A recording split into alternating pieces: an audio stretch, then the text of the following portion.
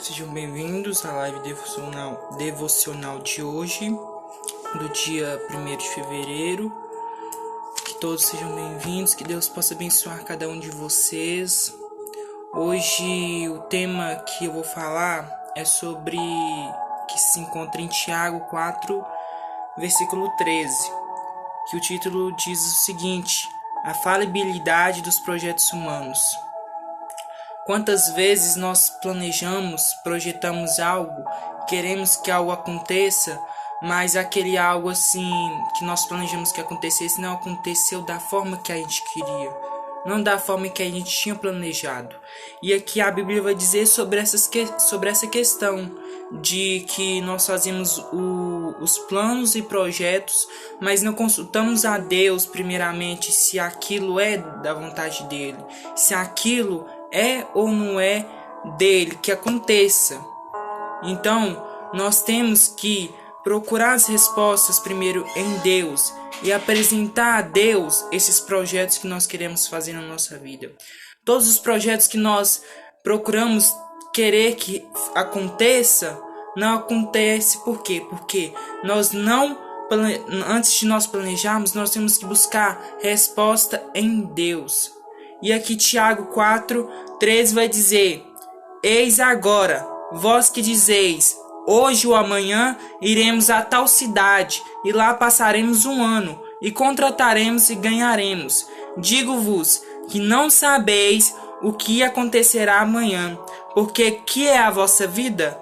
É um vapor que aparece por um pouco e depois se desvanece. Em lugar do que devias dizer: se o Senhor quiser, e se vivermos, faremos isto ou aquilo. O que aqui quer dizer? Que antes de nós falarmos, amanhã eu vou fazer aquilo, hoje eu vou fazer isso, vou fazer aquilo, mas não esquecemos de perguntar: se for da vontade de Deus, eu vou fazer isso. Se tiver na vontade de Deus, vai dar certo. Se tiver nos planos de Deus, vai correr tudo bem. Mas se nós falarmos assim, nós não sabemos o que vai acontecer há 5 minutos, imagina vamos saber o que vai acontecer amanhã, no dia de amanhã. O amanhã pertence a Deus. O amanhã não pertence a nós mesmos. O amanhã pertence a Deus. Então não adianta nós fazermos planos e projetos antes de consultar a Deus, porque nós não sabemos o que vai acontecer. Tiago 4:13 aqui está dizendo que eis que agora vos que dizeis, hoje amanhã iremos a tal cidade, e lá passaremos um ano e contrataremos e ganharemos. Digo-vos que não sabeis o que acontecerá amanhã. Nós não vamos saber o que vai acontecer amanhã. O amanhã pertence a Deus.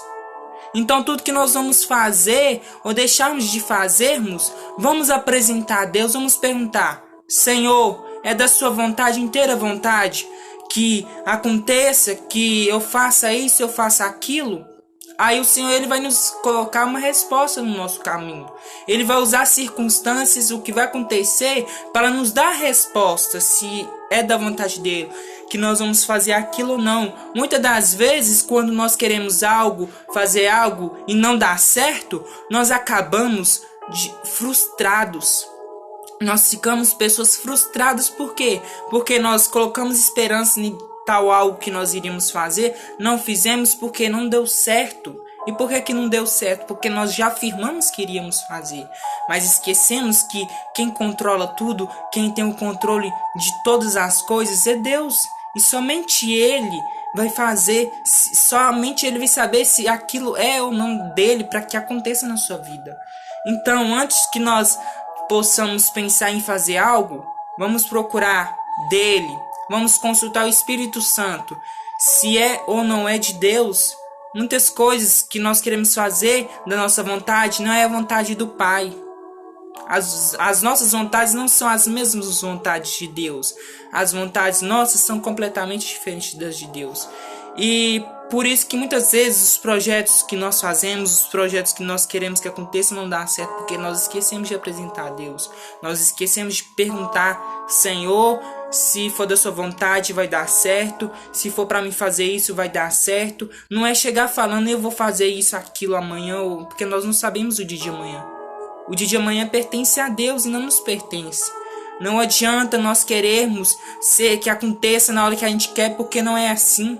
Eclesiastes 3 diz que tudo há um tempo determinado para todas as coisas debaixo do céu. Aqui na terra há um tempo determinado para todas as coisas. O nosso tempo não é o tempo de Deus. Não adianta a gente querer que aconteça naquela hora, naquele momento, ou que aquilo que nós planejamos aconteça logo em seguida que nós falamos que vai acontecer, que nós vamos fazer. Como que você vai fazer algo?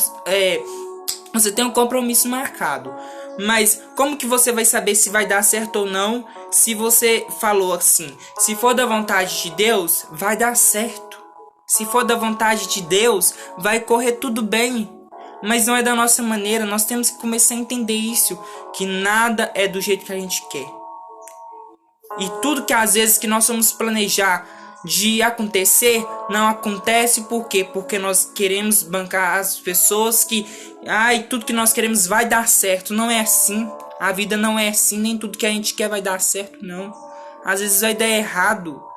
Mas em vez do lugar do que dizias fazer, eu vou fazer isso, eu vou fazer, que nós devemos falar o seguinte: se o Senhor quiser, e se vivermos, faremos isto ou aquilo.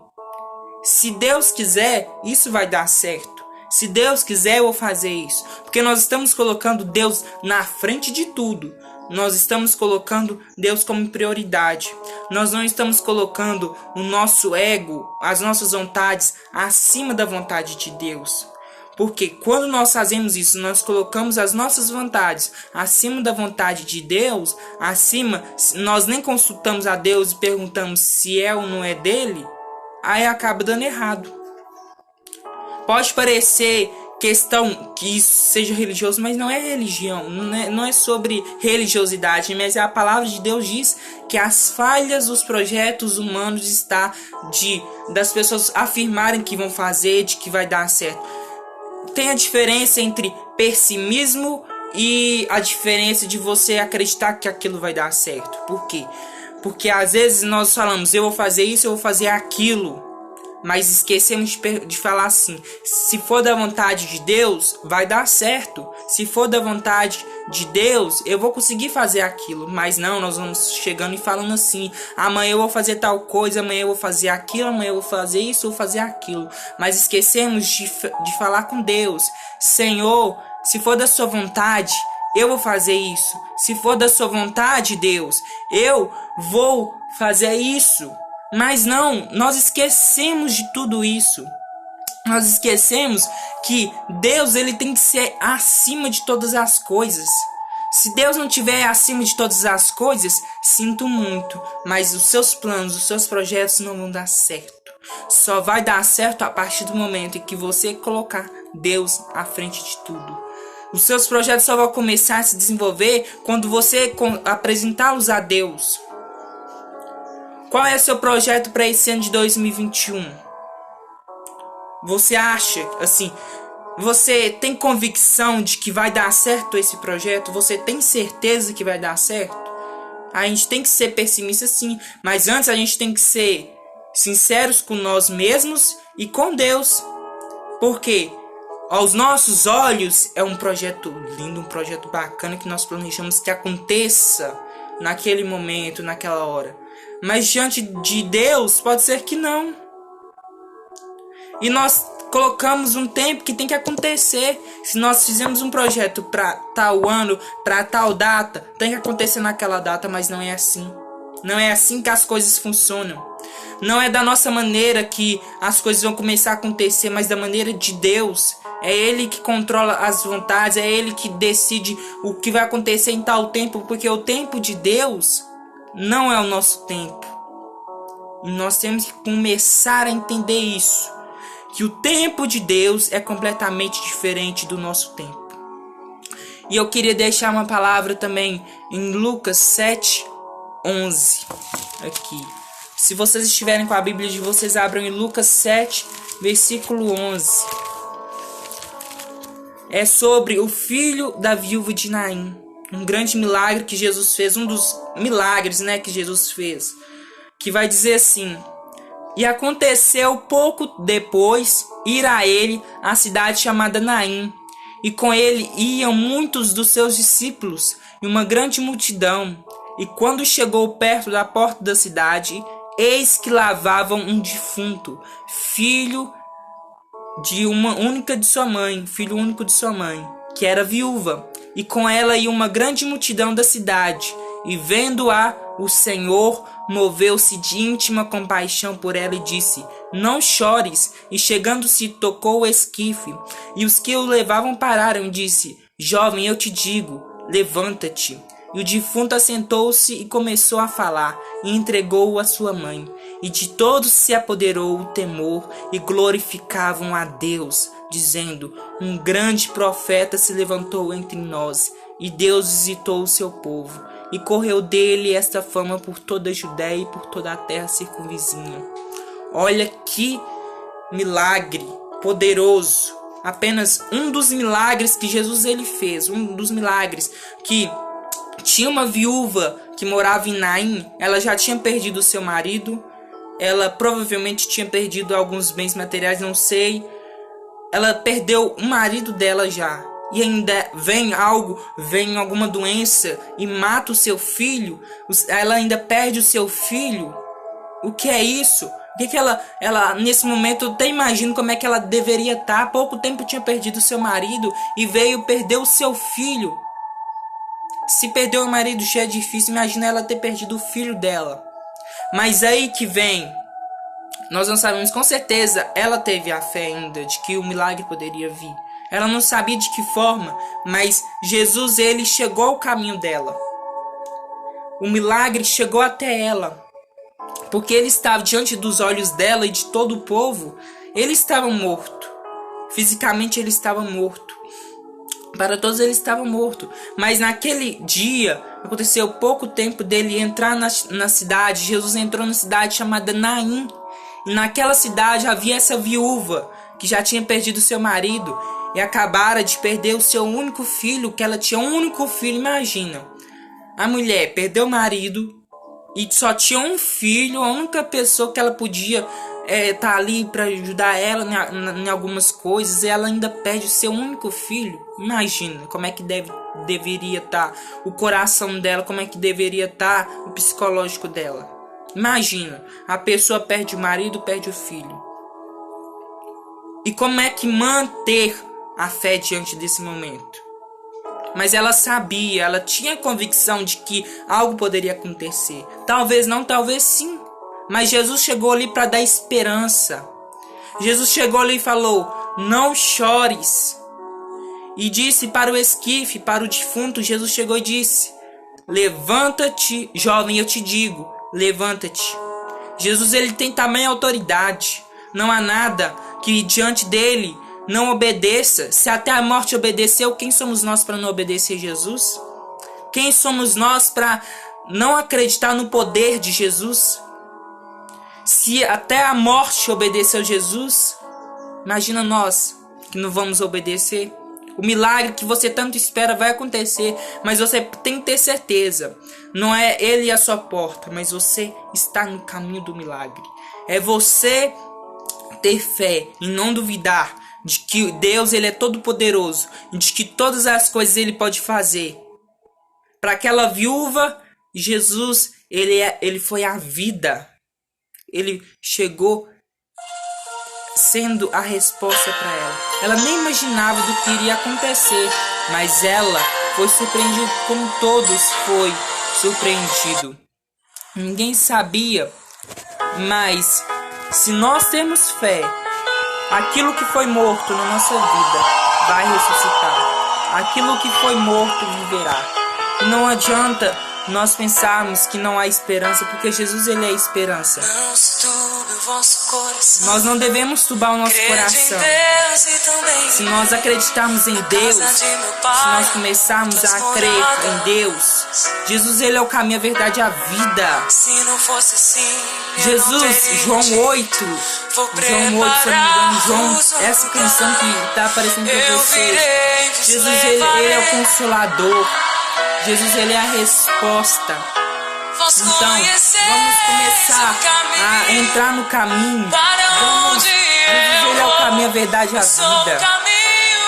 Não adianta nós fazer, porque para muitos não há esperança. Jesus, ele está com o Pai agora. E nesse momento que nós estamos passando de pandemia, Jesus, ele é a cura. Jesus, ele é a libertação. Jesus, ele é a restauração. Jesus, ele é o Senhor dos milagres. Então vamos crer, vamos confiar. Então, eu peço a vocês que sempre que puder, vamos estar unidos aqui, divulguem a live, mandem para todos os seus seguidores e vamos juntos falar sobre a palavra de Deus.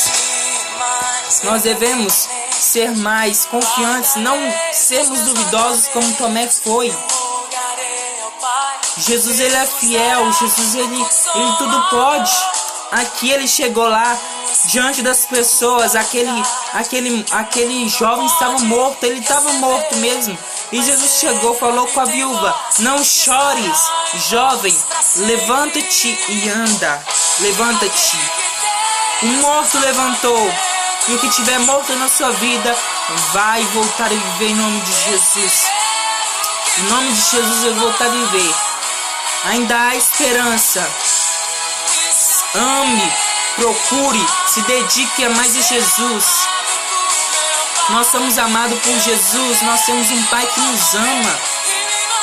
Então, vamos entregar nossa vida, os nossos projetos, os nossos planos a Deus. E eu quero deixar aqui mais uma palavra para vocês aqui, que eu creio que Deus, ele tem muito o que falar aqui ainda. Lucas 16, versículo 15, onde é a ressurreição de Jesus. A ressurreição de Jesus. Versículo 15 diz: ide por todo mundo pregar o evangelho a toda criatura. Quem crê e for batizado será salvo, mas quem não crê será condenado. E estes sinais seguirão aos que creem. Em meu nome expulsarão demônios, falarão novas línguas. Pegarão nas serpentes e beberão alguma coisa mortífera. Não lhes fará dano algum. Imporão as mãos sobre os enfermos e os curarão. Jesus estava falando ali com os discípulos que quando ele fosse subir para o céu, quando ali Jesus ele tinha a última aparição de Jesus, a ressurreição dele ali, ele disse aos discípulos que para eles ir a todo mundo, pregar o evangelho a toda criatura, a todos, não a um, não a exclusivo, não somente a rico, não somente a pobre, mas a todos aqueles que estão dispostos a ouvir o milagre, aquele que crê, aquele que Jesus, ele falou assim com os discípulos: ide por todo mundo pregar o evangelho a toda criatura. Não há só um grupo de pessoas específicas, não há só ricos, mas também há pobres. E hoje, infelizmente, o evangelho tá essa sujeira mesmo. Tem certos grupos de igrejas de alto escalão com poderes que pregam: se você dá o dízimo, vão vender a bênção, estão vendendo a cura, mas não é isso. Jesus, ele não vendeu a bênção, Jesus, ele não vendeu o milagre. Até quando nós vamos continuar acreditando em pessoas que se dizem homens e mulheres de Deus, mas que estão vendendo a cura, estão vendendo o evangelho? O evangelho não é de venda, o evangelho é gratuito para todo aquele que quer ouvir. O evangelho é para aquele que precisa, aquele que Procura a resposta em Jesus. A resposta não está no mundo, a resposta está em Cristo Jesus. Infelizmente, muitos homens e mulheres têm corrompido o evangelho, feito do evangelho uma mentira, mas não é. O evangelho é o mesmo que Jesus disse, é o evangelho da verdade. Até quando nós vamos continuar nessas mentiras? Não chega. Nós temos que começar a mudar as nossas atitudes. Nós temos que começar a crer mais, a buscar mais de Deus. Igual eu disse alguns minutos atrás sobre os planos, a falibilidade dos projetos humanos. Que é quando nós planejamos algo e aquele algo não acontece. Mas por que não aconteceu? Porque nós já falamos que ia acontecer, sem ter certeza de que ia acontecer. Mas antes disso tudo, nós temos que começar o quê?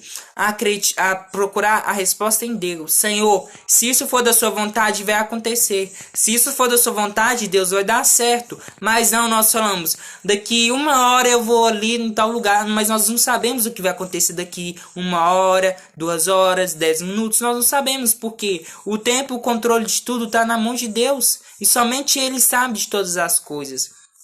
Não adianta nós espernearmos como crianças rebeldes, como pessoas assim que querem que seja feita a nossa vontade, mas esquece da vontade de Deus. E nós temos que parar com isso.